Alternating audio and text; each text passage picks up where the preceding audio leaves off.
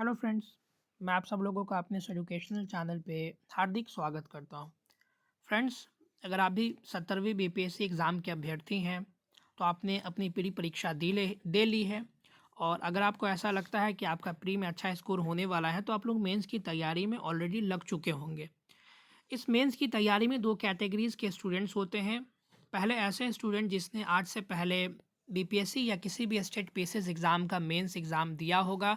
दूसरे ऐसे बच्चे होंगे जो कि जिनका ये फर्स्ट अटेम्प्ट होगा, जिसने आज से पहले किसी भी प्रकार की कोई भी मेंस परीक्षा का आंसर नहीं लिखा है। तो ऐसे बच्चे जिन्होंने मेंस की तैयारी ऑलरेडी की कर रखी है और इन्होंने जो है टेस्ट सीरीज़ भी जो है वो कर रखा है और मेंस के क्वेश्चंस को प्रैक्टिस भी कर रखे हैं, तो उनको आंसर राइटिंग करने में उतनी दुविधा नहीं होती है। लेकिन ऐसे बच्चे जो अभी इस परीक्षा में नए-नए हैं और इन्होंने अभी तक इस पे स्पेसिफ़िक कोई तैयारी नहीं की है, तो उनके लिए ये बहुत ज़्यादा हेल्पफुल वीडियो होने वाला है।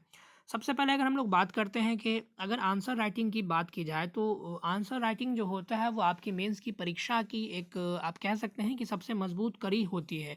अगर आप चीज़ों को एक्सपेंड करना जानते हैं, चीज़ों को आप लिखना चाहते हैं, तो आप सबको पता है कि 1020 नंबर की टोटल परीक्षा होती है, जिसमें से आप 500 के आसपास भी अंक स्कोर करते हैं तो आप टॉपर की लिस्ट में भी शामिल हो जाते हैं। तो ये थोड़ा-सा आपको ऑन एन एवरेज ही प्रदर्शन करना होता है, दूसरों के मुकाबले बहुत ज़्यादा जो है वो इसमें एक रॉकेट साइंस वाली बात नहीं है कि हमको बस 100 में 100 मार्क्स लाने हैं। आप नहीं ला सकते क्योंकि यह डिस्क्रिप्टिव पेपर होता है। आप ही नहीं बल्कि कोई भी स्टूडेंट मेंस की परीक्षा में 100 में 100 स्कोर नहीं कर सकता है, यानी फुल में फुल मार्क्स वो नहीं ला सकता है। तो आपको दूसरों के मुकाबले अच्छे से अपने आंसर्स को रिप्रेजेंट करने होंगे।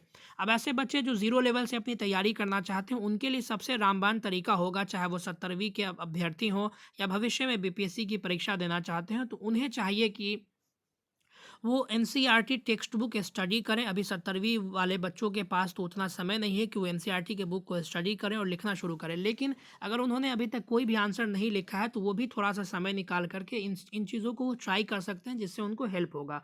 लिखने की शुरुआत आपको करनी है, तो आप अगर कोई चैप्टर पढ़ते हो एनसीईआरटी के, तो उसके पीछे आपके सामने क्वेश्चन्स देखने को मिलते हैं, जिसमें आपके सामने कई कैटेगरीज़ के क्वेश्चन्स होते हैं, जिसमें शॉर्ट आंसर टाइप होता है, लॉन्ग आंसर टाइप होता है। तो उस वो जो क्वेश्चंस आपके सामने दिए होते हैं, पहले आप चैप्टर करो, चैप्टर करने के बाद उन क्वेश्चंस को आप लोग लिखने की कोशिश करो और वहाँ से अपने आंसर राइटिंग की शुरुआत करो।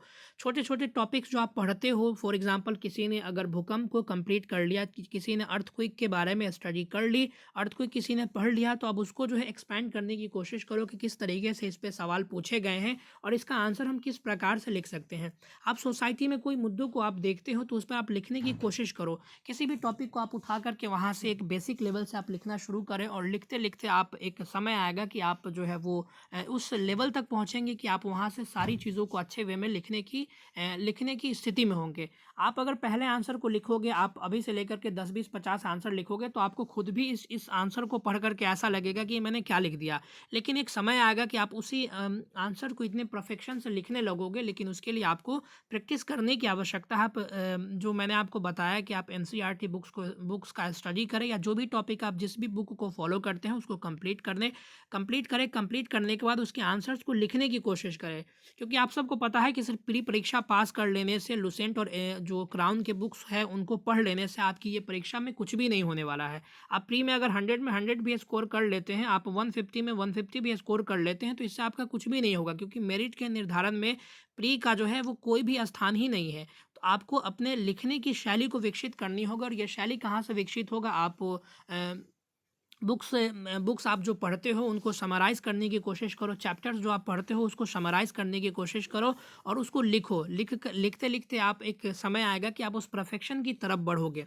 तो एक छोटा-सा एडवाइस जो आने वाले भविष्य में जो बीपीएससी की परीक्षा को देना चाहते हैं उनके लिए काफ़ी ज़्यादा यूज़फुल होगा। तो इस तरह के इन्फॉर्मेटिव वीडियोज़ देखने के लिए आप हमारे चैनल से जुड़े रह सकते हैं। Thank you very much. मिलते हैं अगले वीडियोज़ में, तब तक के लिए धन्यवाद। God bless you all.